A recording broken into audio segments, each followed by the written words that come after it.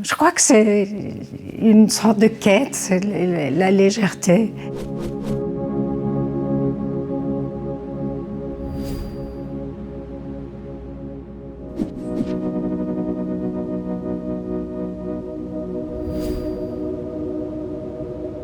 J'ai choisi des calames de plumes qui sont blanches, parfois un peu transparentes, et qui accrochent bien les rayons du soleil.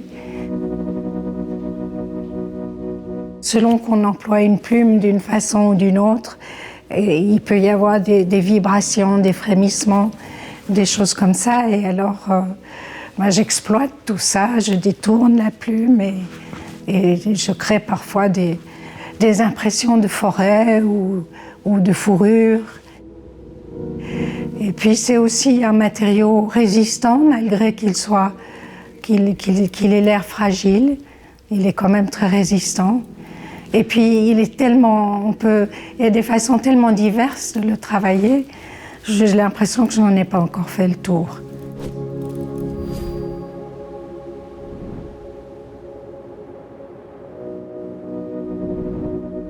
Le nuage a une forte charge poétique, il est libre, il ne connaît pas les frontières, donc il y a aussi quelque chose d'universel à travers ce sujet.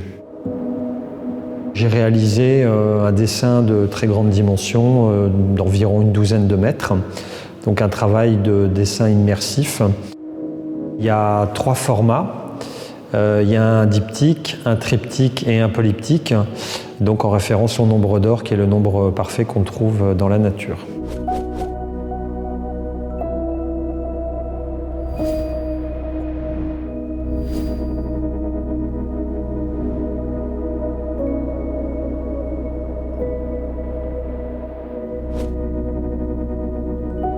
Dans tous les dessins, elle est une partie du décor.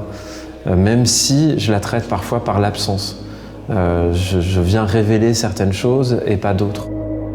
J'avais exposé au CCCOD, mais c'est dans la ville. Et là, d'un seul coup, en fait, le paysage que je décris, le paysage que je dessine, il est à portée de main, quoi. Donc c'est une sorte de mise en abîme.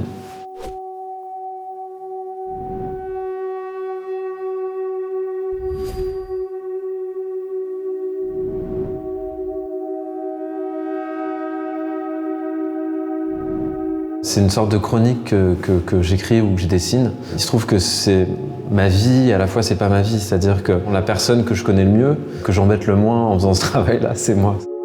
On crée à partir de ce qu'on connaît, de ce qu'on est. Donc c'est un avatar, il est une sorte de projection de ma pensée dans mes dessins.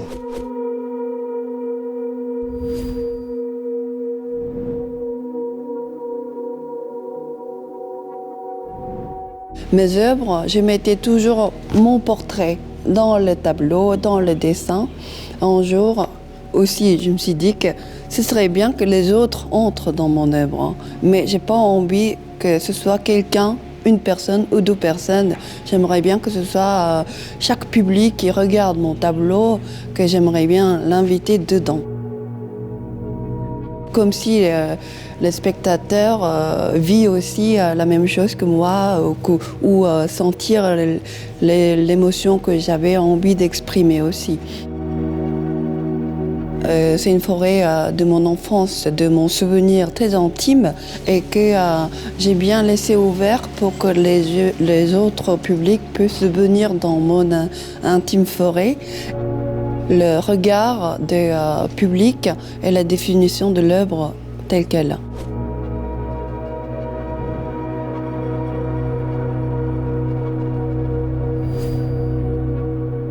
C'est un monde onirique. Je voulais figurer un peu une forêt enchantée qui vient surgir du plafond pour envahir le sol, un peu comme la forêt pousse dans la chambre de Max.